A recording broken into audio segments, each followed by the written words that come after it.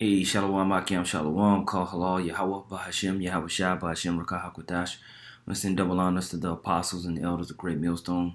Much peace, love, and salutations to you, Akim, out there pushing the word in sincerity and truth. This is Brother Ariella. This is part two of the path to the M.O.B. Today, I wanted to talk about the logistics and supply chain issues that we see happening all across the world. Now, these parts that I'm doing are no in particular order. As a matter of fact, the more I do research, the more I am completely intrigued by how aggressively the world leaders are moving towards the MOB systems. When you start to look at the different sectors of finance, marketing, in all aspects, they're moving things, and it seems separated, but it's all really one piece put together. But today, because it is hot in the news, I want to talk about the supply chain and its ramifications on the people and how they can use it as a method of control down the line. Now, when you read here in the book of Sirach, the 40th chapter, and you go down to the 8th verse, it says, you know what? No, yeah, 8th verse is fine.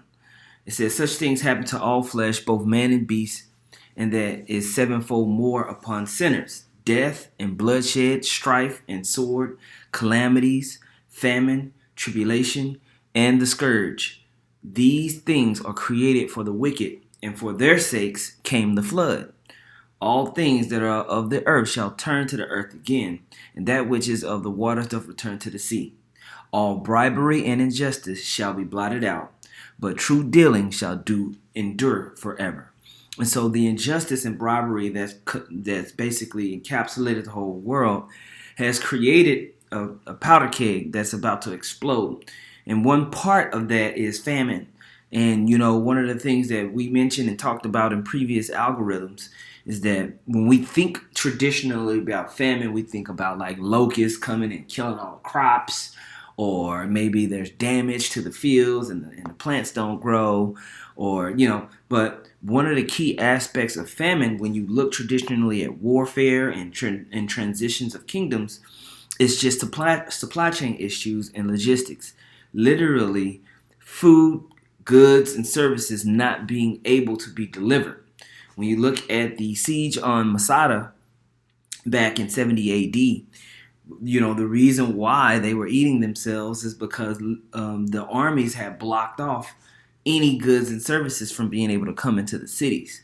And that's one key aspect of creating war. And as the supply chains continue to be bottled up, and there's multiple reasons why that's happening, which we'll discuss today, it's going to create strains in the economy. And these strains in the economy will cause people to go into a state of calamity, to go into a state of fervor, piece by piece by piece. And it always seems good for a little while. But as time progresses and people's natural consumption continues at the same rate, things start to rapidly get out of hand. And so there was a TikTok that was made available, one of the brothers had sent. I'm going to see if I can pull it up real quick. Yeah, here it is right here. I hate TikTok, but this was definitely interesting. One of the things that the brother sent. Check this out. Are you kidding me? Now, if you can see these prices, I'm gonna zoom in. This is for like brisket or something like that.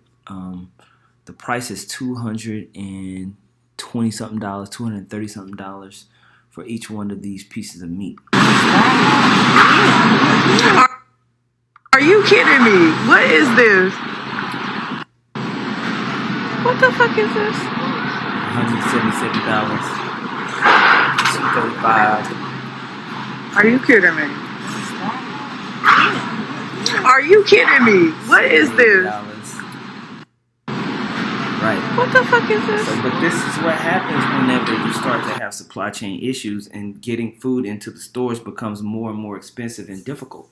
Okay, you have massive inflation that begins to hit the market because the supply chain, how everything is moved across the world, everything is interconnected.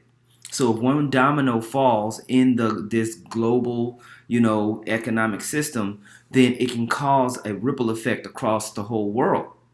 Now, when everything is based on time and debt and everything like that, if you have one thing that falls apart, massive amounts of inflation hits the market. And inflation is basically the cost of your goods and services goes up. And what we're seeing is hyperinflation. Now, I pulled up a, you know what, the brother pulled the scripture and it was so fitting. We was talking in the chat, he pulled Isaiah 32:9. It says, "Rise up, you women that are at ease. Hear my voice, ye careless daughters. Give ear unto my speech. Many days and years shall ye be troubled, ye careless women. For the vintage shall fail, the gathering shall not come." All right, so the vintage is beginning to fail in this place, man. The process of you being able to just go to the grocery store and get what you want, and see, the whole mindset of women needing a man is not here anymore because we're not in a state of hunter-gatherers. See, when you got to go hunt for your food and you got to go get it, the need for a man is recognized. But in modern societies, what happens is that you can just go to the market and the food has been pre-hunted for you. It's been cut up for you. So the women are at ease. There's this liberal mindset that develops in first world countries. And always in Isaiah the 3rd chapter, it talks about this, how it causes a decay in the family structure because of mindset. So here in the book of Isaiah 32:9, it says, "Rise up, ye women that are at ease." See, now in this first world society, there's this sense of independence and freedom and comfort and safety. Well, what happens when the supply chain is disrupted? What happens when the vintage fails and you got to go get it amongst all the other hungry lions that are out there? Now the need for a man becomes much more prevalent. And so as these things begin to get disrupted, that's when that Isaiah, was it the 7th chapter comes into hand? Or the 4th chapter comes into hand, where it says 7 women shall take hold of one man, saying, "Hey, we don't need nothing. We'll do whatever we got to do. We just want to be able to be with you." So that mindset is going to start to come back when all of this stuff goes down. Now in verse 11 it says, "Tremble, ye women that are at ease. Be troubled, ye careless ones. Strip you and make you bare, and gird sackcloth upon your loins." All right. "They shall lament for the teats, the pleasant fields for the fruitful vine." Okay. And so all of these things in this mindset is going to start to kind of carry back and come forth. Why? Because we live in a wicked, evil society. So these things are being prepared. All right. So let me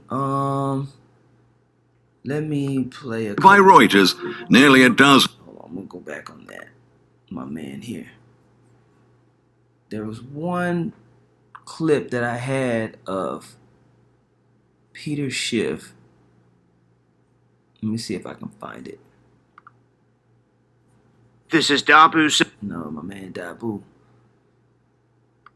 The Biden administration's inflation crisis is a ticking time bomb. The supply chain's a mess, and the cost of everything from bacon to car rentals is through the roof. And Congress just wants to print trillions of dollars and pump it into the economy. So how do we regain control of this mess? Joining me now is Euro Pacific Capital's chief economist and global strategist, Peter Schiff. Peter, thanks for joining me. I really appreciate it. My pleasure. Peter, I follow your work. You have been warning about the dangers of inflation for eons now. Wages are not rising as fast as inflation. So it's pretty simple math, Peter. If your wages are going up, say 2%, and inflation is 3 to 5%, you're losing money. I mean, sooner or later, we're all going to be eating cat food if this continues. Well, that's generally the trend with inflation, is the price of labor never keeps up with the price of stuff. But the real problem is that immediately after COVID, a lot of Americans stopped working. But unfortunately, they didn't reduce their spending because the government made the mistake of replacing the incomes they lost with new money that the Federal Reserve was printing.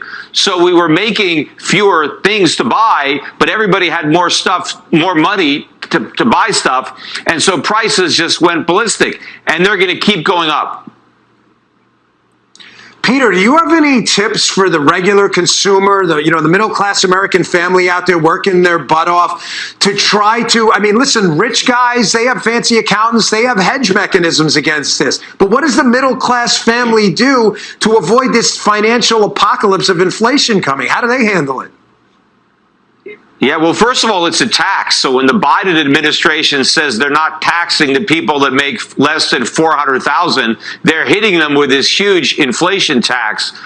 But one way that the average American can try to avoid it is to stock up now. I mean, buy the things that you think you may need a year from now, 2 years from now. Buy it now. Yeah, and these people can't buy it because they're living paycheck to paycheck, and the monthly expenses that they have barely cover what's going on. So, you got these millionaires like Peter Schiff who have been, accumulating wealth from people's fear for all these years, acting like people just got money just sitting to the side to start buying things.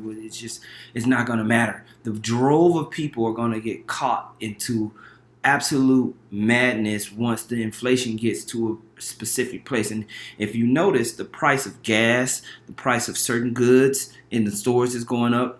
For those of you that like mineral water, or you might hang out with people that like drinking Topo Chico, you saw that they wasn't available. Why? Because the raw materials needed for the glass to put mineral water in were just not available.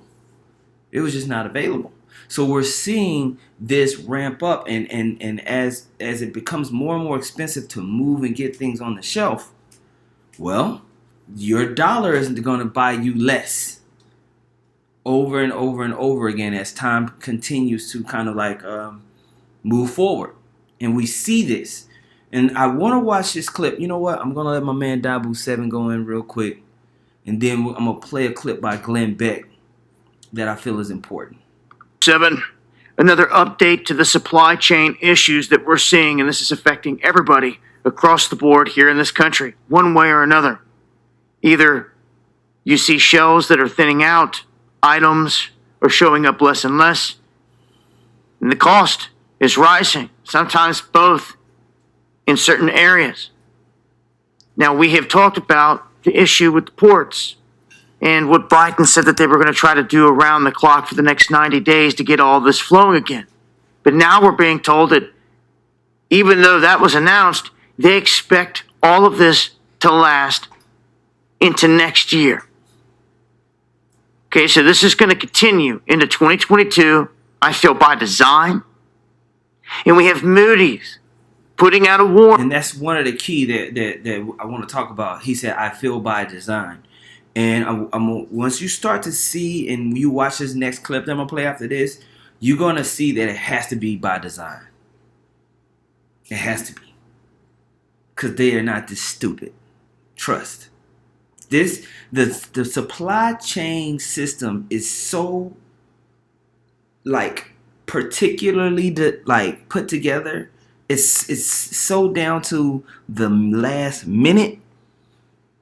They knew exactly what they was doing when they was doing these shutdowns. They knew the ripple effect that it would cause. So now they're able to play on it. Warning. On top of all this, stating that things are going to get worse before they get better. Yeah, I thought you might want to know that for those that missed it. So that is the latest here. The writing on the wall showing where this is going as we head into this winter. What will it shape up to be like? All the times they had echoed dark winter. I hope people have a plan. Going to break this down further. We're going to talk. Yeah, man. So y'all can look up Dark Winter and kind of go into that. And it's very, very intriguing. And it plays into the overall madness that we're getting ready to see. I had dinner last night with a fascinating guy named Jim Lentz and his wife, who is just as impressive as he is. He was the CEO of Toyota. Now, right now, Glenn Beck I think he's finished up writing it. He's writing a book called The Global Reset. So I didn't like Glenn Beck back in the day when he used to work. I believe it was, I can't remember what station it was, CNN, Fox News. I felt like he was a corporate shield. But he has been on fire the last year. Once he kind of got his own thing going now, some of the stuff he's bringing out is good. It's really good information, and there's actually a couple of sit downs that I'm about to release, and he's featured in each and every one of them just because he's been able to speak towards this beast system very clearly and in a short period of time. We don't have to wait and watch a 50-minute video. We can get a couple of 3 or 4 minute clips, and he breaks it down. So check this out. I don't know if I'm going to play this whole video. I'm going to play pretty good part of it. It's 13 minutes, but the information is good. So lock in, whoever's listening.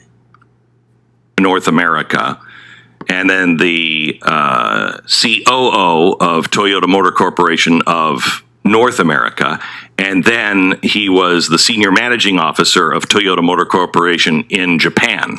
I mean, this guy was with Toyota for like 38 years. And I'm having dinner with him. He's the guy who moved the plant from California to Texas. And that was just a fascinating conversation. But I asked him to explain the supply chain. We were waiting for our table, and our wives were talking. And I said, Jim, I just have to understand the supply chain. Can you explain that to me? And he was, yeah. And he starts in, and I think my wife says, wait, I want to hear this. Let's sit down. So we sit down at the table. And 15 minutes later, Tanya and I were sitting there with our mouth wide open, like, what? And I asked him to come on. I'm going to hopefully he will come on early next week. But I've asked him to come on to explain it to you. It is phenomenal. First of all, the supply chain and how we get things now. You know how they say grocery stores are replenished 10 times a day? Mm-hmm. Okay. This is all, the supply chain is a wonder of the world. He said Toyota, and apparently all the big companies now, he said, like Walmart, same thing. He said the seats don't arrive at the plant. He said, the seats, the coverings and everything, he said those seats are made by another company. And he said they don't arrive until 20 minutes before they're supposed to be bolted into the car. He said, we have supply chain times that are down as close to 12 minutes from installation. So that package or that box of the chips that have to go into that car are 12 minutes out. And by the time they get to the line, it's time to push them in. Okay? It's an on-demand supply chain. Really is incredible how they can manage this. Right? And how it doesn't break down every day. Right. And I mean, it is phenomenal. When he explains it to you, you will be, it is a wonder of the world. Yeah. And it's all done. So he's telling you how the supply chain is extremely delicate and down to a particular science. These corporations and brokerage companies that work with them to get the things on the shelf that you eat, or maybe goods and services, it's down to a science how it gets there to maximize profits, save time, not have to have extra employees, all of these type of things so that they can maximize profit for the shareholders. And it's global. All of these things, you got this from Indonesia is going to arrive at this warehouse in China, which is going to be sent to Taiwan, which is going to be put on a boat and taken to California at this particular time, and it's going to be picked up here, and then a trucker is going to get it over here on this date. And all of these different corporations, and the Walmart that's over in Indianapolis expects for the whole supply chain for a bottle that was made over on another side of the world to get filled with the water, to do this, to do that, to be at their warehouse at a particular time, and it's down to the minute. And what we've seen happen with COVID and with a very, very particular group of people coming together saying, yes, we're going to do this, they've completely disrupted that. And they've set the stage for calamity and famine. And it's biblical. Because they're going to utilize it to take you down a path of control. Once your safety is you're scared. I'm scared. I don't know what to do. You will comply. you will comply to their suggested method of, this is how we're going to get back to normal. We got you. Don't worry about it.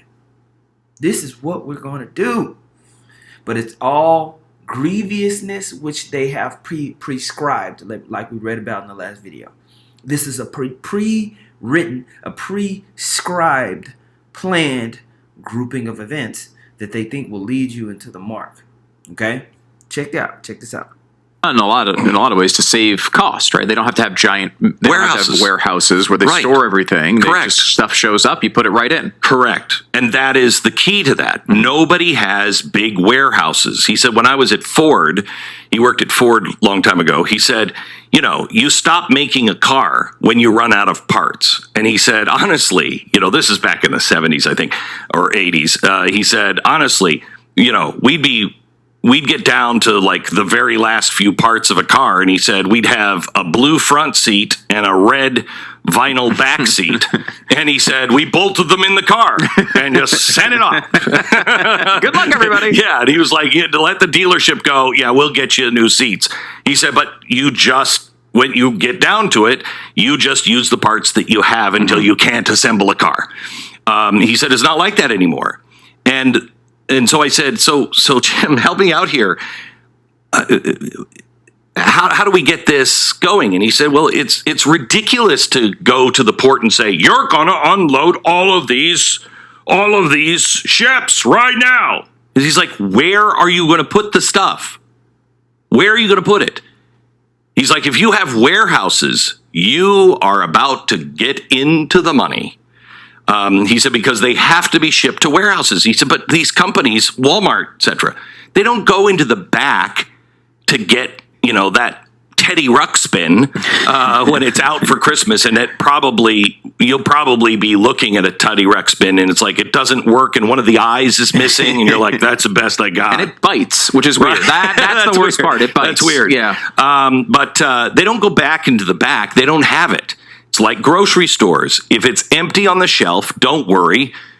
It's a replenishment 10 times a day. And so it's... And if you notice, when you go to the store and you see on the display and you say, oh, I need this in a size, 12. Well, no, the only thing we got is what's on the shelf. I'm sorry, sir. If you want to order it, we can. Because they don't hold inventory no more. None of these places do.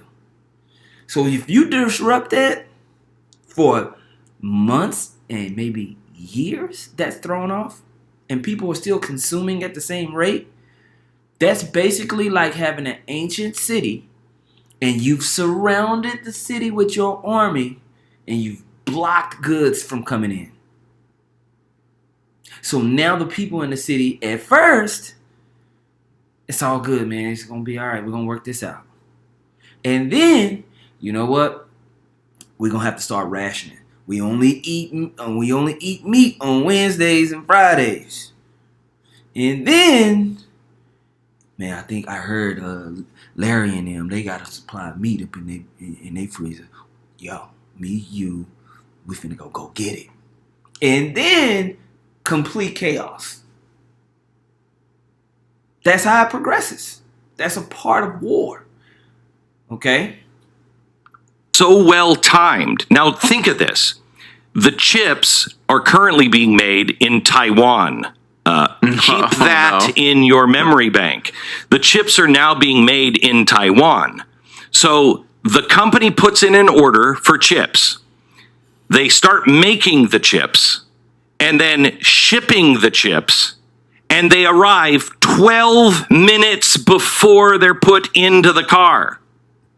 Now, the chips that everything has a chip now. Everything has an RFID tag, right? So you can track and trace and know when, where, how, what this product is. It is what you have on the shelf. So you can do diagnostics, everything, not just cars. Everything with a label has a microchip on it, so it can be tracked and traced. Okay. That is a miracle. A miracle. He said, people don't understand. He said, go car. So The company puts in an order for chips. They start making the chips and then shipping the chips, and they arrive 12 minutes before they're put into the car. That is a miracle. A miracle. He said, people don't understand. He said, go ahead, try to buy a red car anywhere in the world today. Buy a red car. I said, okay, why? And he said, because you can't get one. Red paint currently does not exist because there's one place where the pigment is from. Mm-hmm. And he said, you can't get that pigment. Now, he was talking about cars, so I don't know about all red paint. Of course, yeah. He said the pigment for red, he said, is from one place, and the supply chain is completely broken there. He said, we can't get it. Can't get red paint. That's incredible. You realize the cascading effects of all these things. Like, you go back to the beginning of COVID, and you have a situation where people are like, oh my gosh, the economy is going to be shutting down for a while. We need to wind down operations. So normally, all the shipping containers that go back and forth between the United States and like, let's say China, they go back and forth with stuff on them. Right. Well, we get into COVID, and first of all, a lot of places shut down manufacturing, so those shipping containers aren't going back and forth. Secondly, a lot of shipping containers are leaving China with things like PPE that are going to places they wouldn't normally ship to, like Africa, right? Yeah. So you take a shipping container to Africa, and Africa doesn't have anything it's shipping back to China. So these shipping containers just wind up sitting in Africa for a long period of time because empty. Nobody wants to take an empty ship or these shipping containers empty. It's too expensive. Unless the price gets so high that they will do it. Right. And now we've come to that part of it where now the prices have gone up by 10 times what they were before. So now... So the way the supply chain works is you have a company that has raw materials, wood, aluminum, whatever. That company works with another company we need wood to make dressers or whatever. So they have a contract. You have people that broker that deal to get the raw materials from your place all the way over to this other place, right? Now, if there's a contract between a Chinese manufacturer and a retailer over in the United States, it's more efficient to pay for that boat that's going to send the goods. First of all, the cost of getting that boat to the United States has ridiculously skyrocketed. Okay, so the cost it takes to get the good from China to the United States is going up by 10 times. Where do you think that cost is going to go in order for the people that get the goods to make a profit? The cost is going to go to the consumer, to us. So the 10 times more it costs to get a thing from one place to another, in order for, let's say, a Nike factory in China is making Jordans, right? It's costing 10 times more to get them Jordans from China, that manufacturer, the Nike manufacturer in China, over to Foot Locker. You're going to pay for that if you want to get them Jordans, so that Foot Locker can get a profit. That's inflation. That's how that inflation works. Okay? Now, basically, they're saying that, okay, if I send a boat to, usually what would happen is a boat will come over here. We have things that we're sending to China. So the boat will come, unload whatever it wants to send over here, and then reload whatever it needs to take back in China. So, because everybody saves money. So you're not just paying a gas fee to go back and forth with no goods and services in it. Always there's something on the boat. You know what I'm saying? But now you don't have that. So the cost of things is just incrementally going up and up and up. And it's not even incremental, it's becoming exponential. This is the nature of the place that we live. Second Ezra, the 16th chapter and the 17th verse says, woe is me, who will deliver me in those days? The beginning of sorrows and great mournings, the beginning of famine and great death, the beginning of wars, and the power shall stand in fear, the beginning of evils. What shall I do when these evils shall come? Behold, famine and plague, tribulation and anguish are sent as scourges for amendment. So the Most High wants to make amendment for the evil that's been done all across the world. So famine and plague, tribulation and anguish is coming to the world. Verse 20 says, but for all these things they shall not turn from their wickedness, nor be always mindful of the scourges. So even though all of these things are before us, the beginning of all these things is happening. Wars and famines and all of this thing that's happening with plagues. C-19 is a plague, people. See, you read these scriptures and it's like it doesn't hit you. C-19 is a pandemic plague. The Most High set that up. And it's in conjunction with famine. And it's in conjunction with people fighting because of mandates, tribulation, and anguish. Prophecy. Think. But for all these things shall not turn from their wickedness, nor be always mindful of the scourges. Verse 21, behold, victuals shall be so good, cheap upon the earth. What's victuals? Your food, your commodities, things you buy. Right? It says that they shall think themselves to be in good case. Right? That's the mindset of people in the West. Things are cheap and go to McDonald's, get a Happy Meal. So people think, I'm all right. It says, and even then shall evils grow upon earth, sword, famine, and great confusion.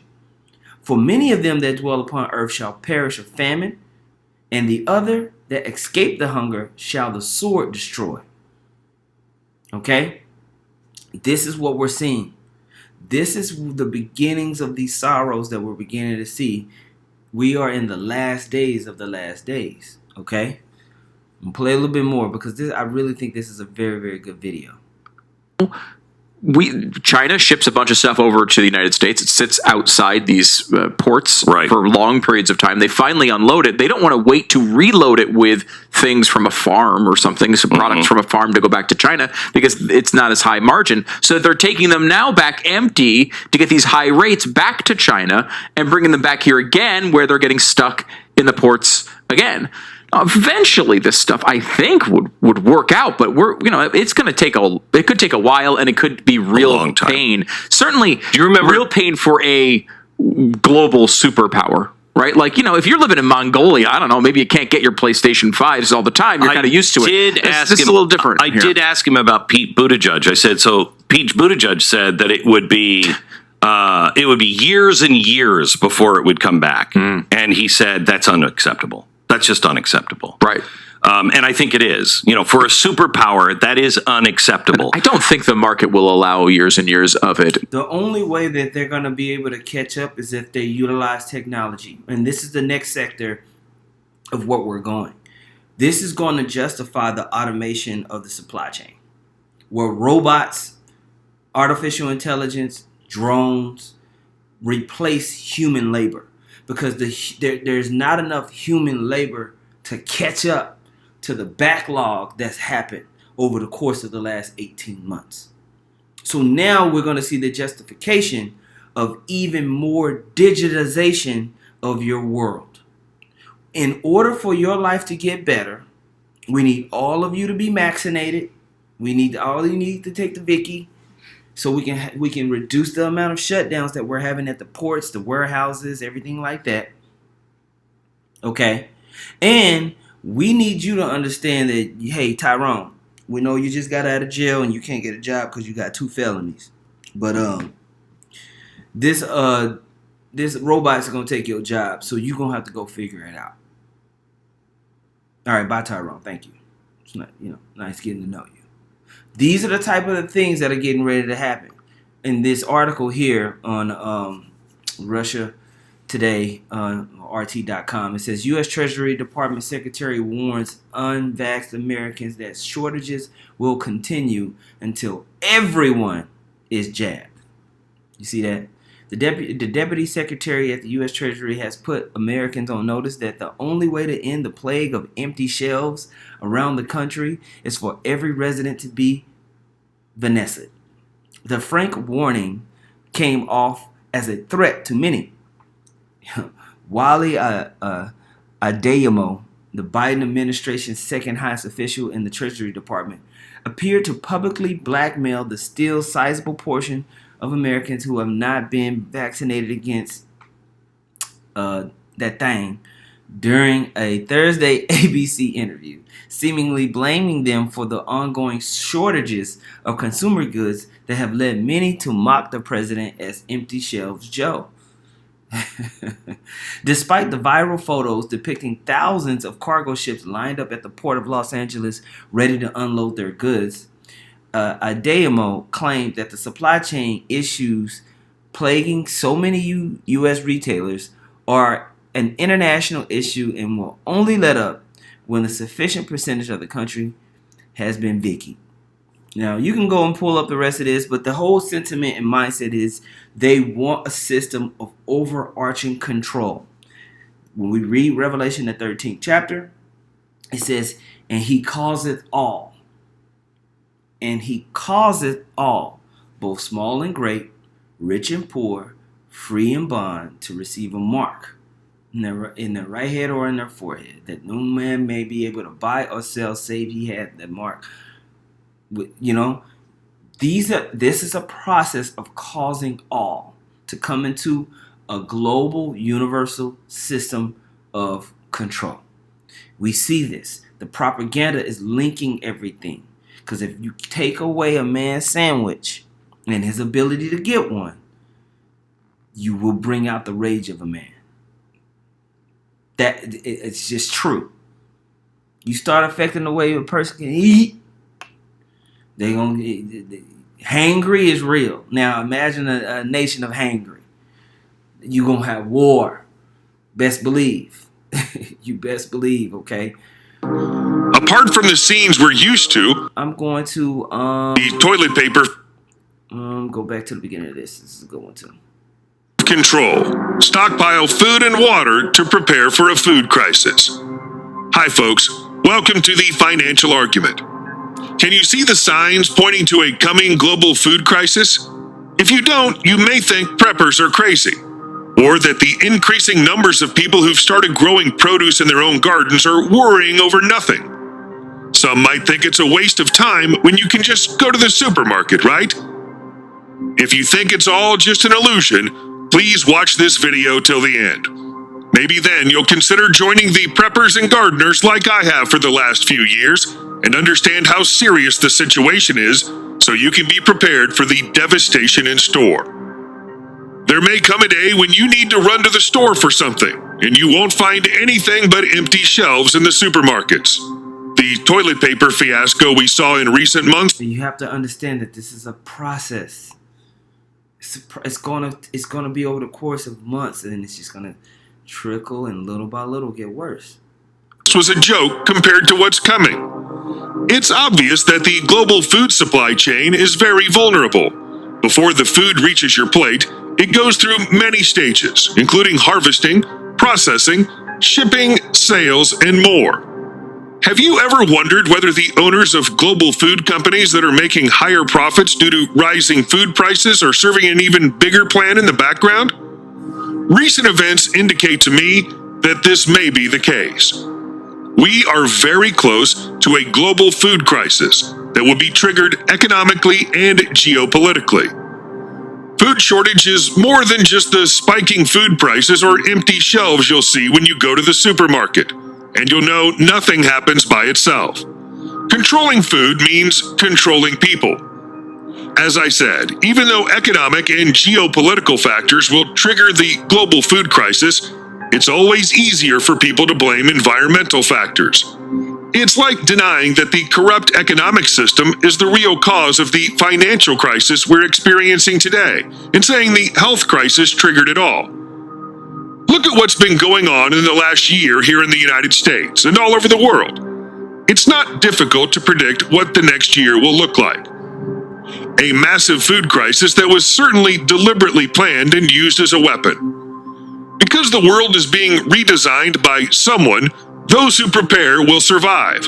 Sometimes they knew when they started shutting down these ports and manufacturers that it was going to cause this.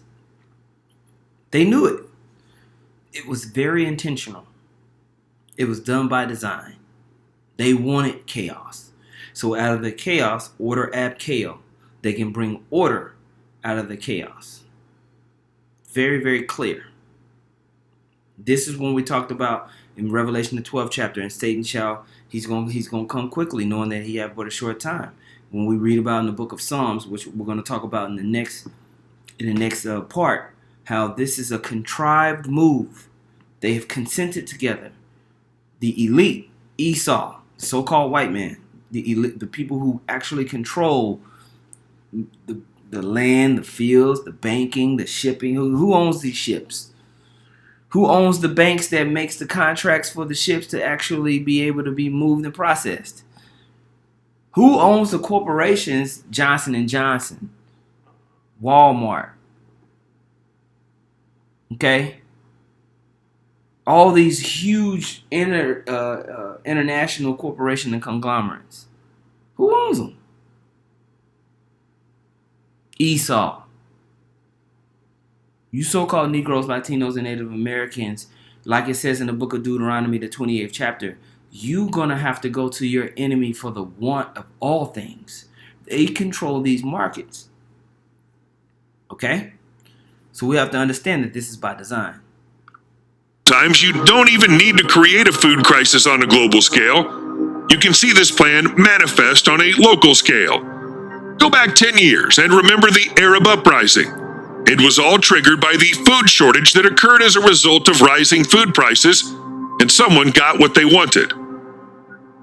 All right, and so now we have to understand that, when we see things that have happened in Venezuela, things that have happened, uprisings in Iran and other places like Cuba and stuff like that, is when you put embargoes, when you put shortages, when you block the banks of the people and that you can't move goods and services, people get mad.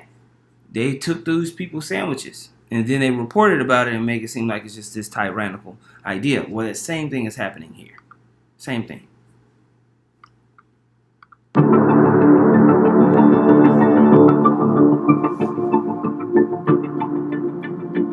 Have you already started to notice that store shelves are getting This dude's voice is hilarious.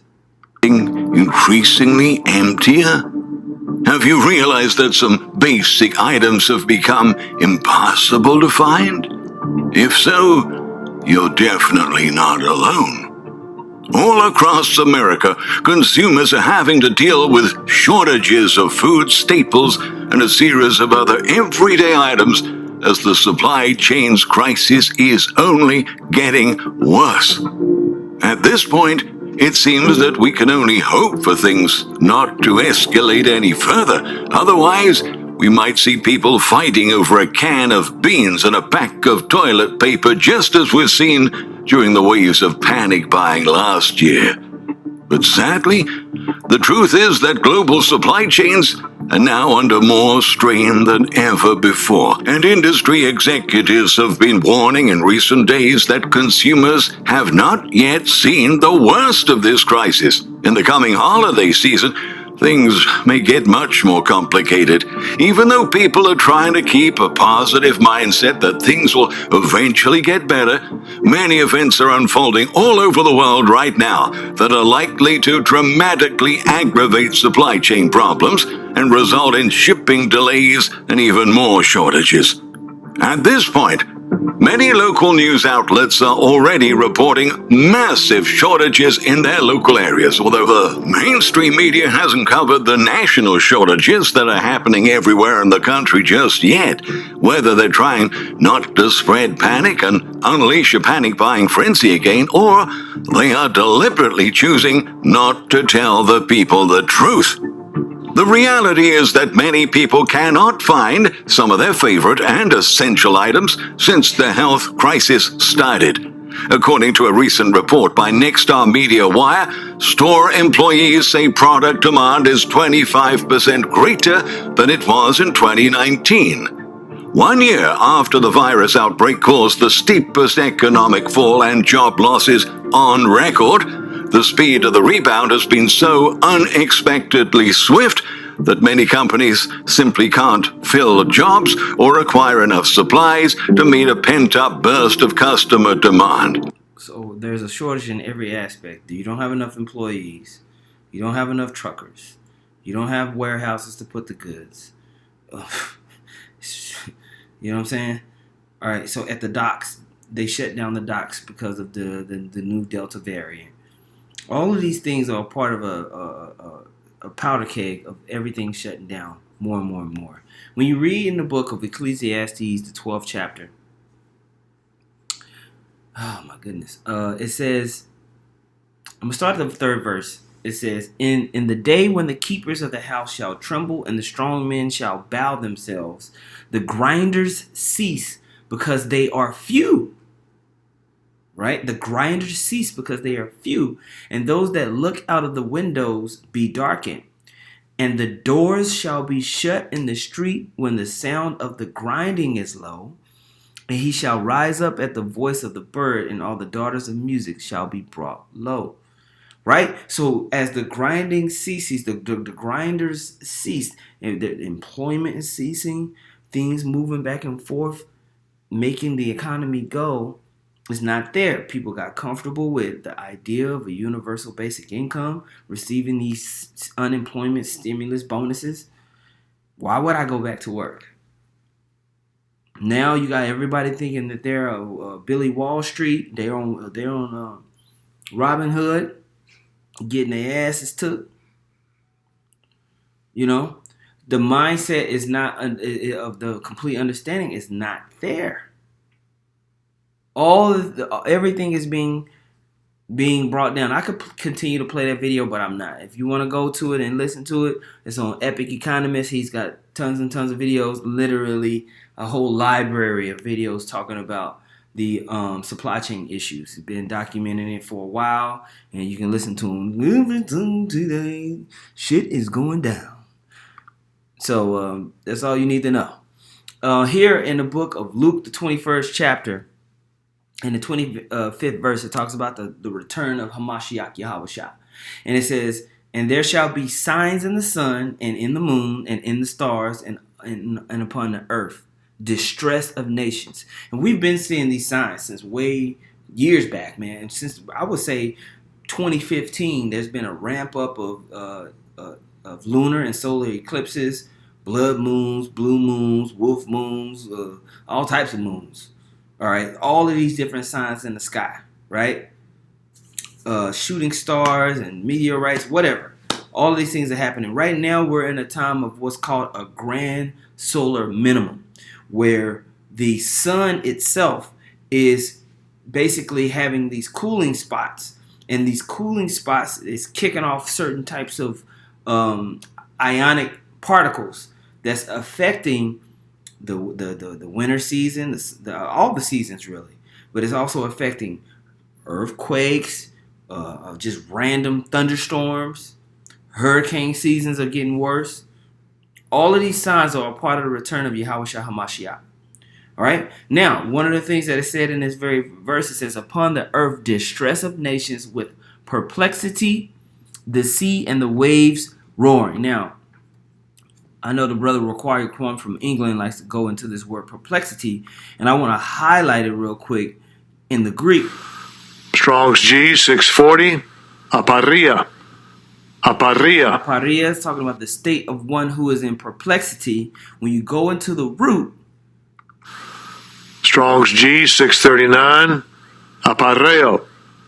Apareo. And apareo, when you look into the outline of biblical usage, it says to be without resources, to be in straits, to be left wanting, to be embarrassed, to be in doubt, not to know which way to turn.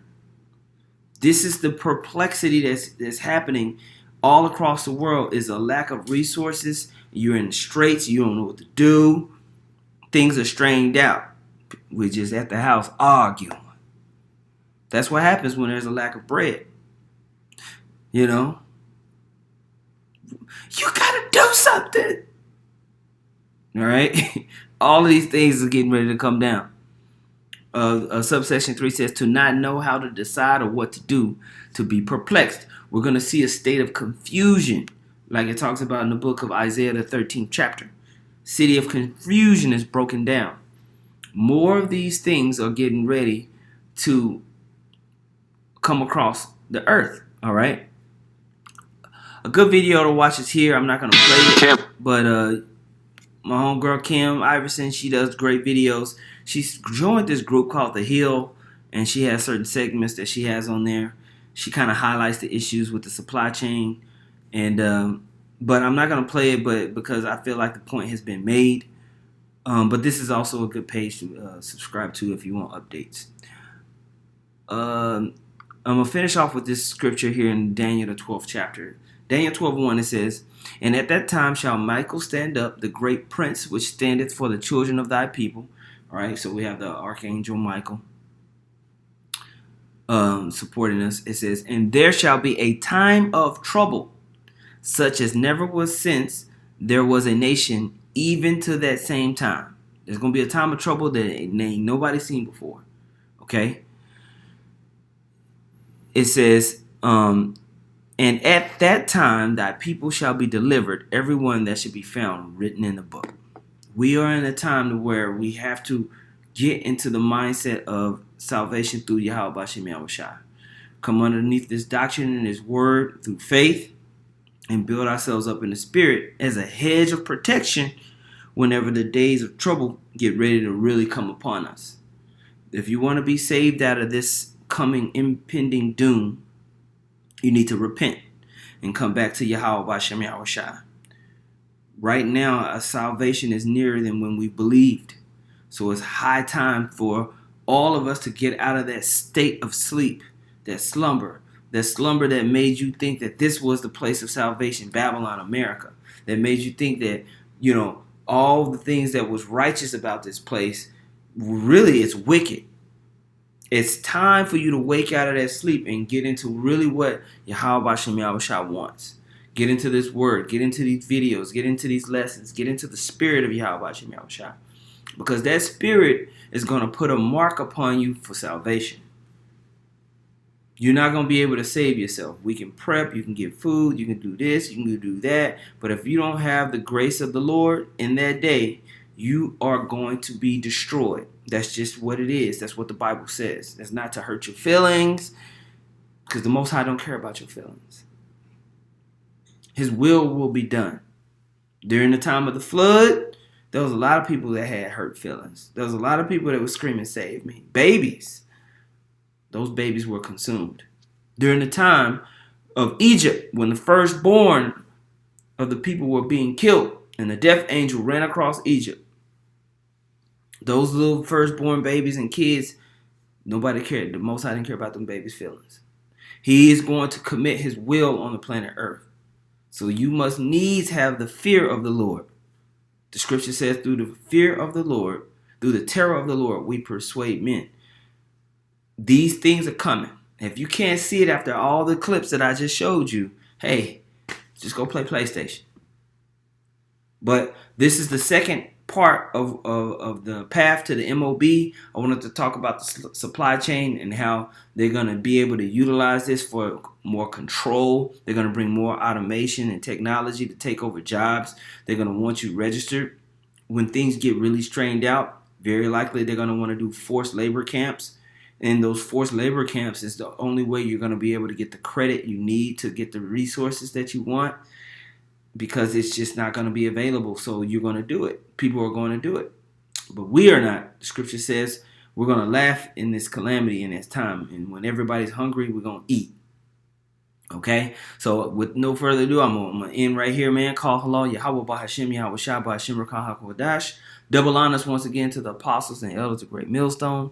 Much peace, love, and salutations to you. I came out there pushing the word sincerity and truth.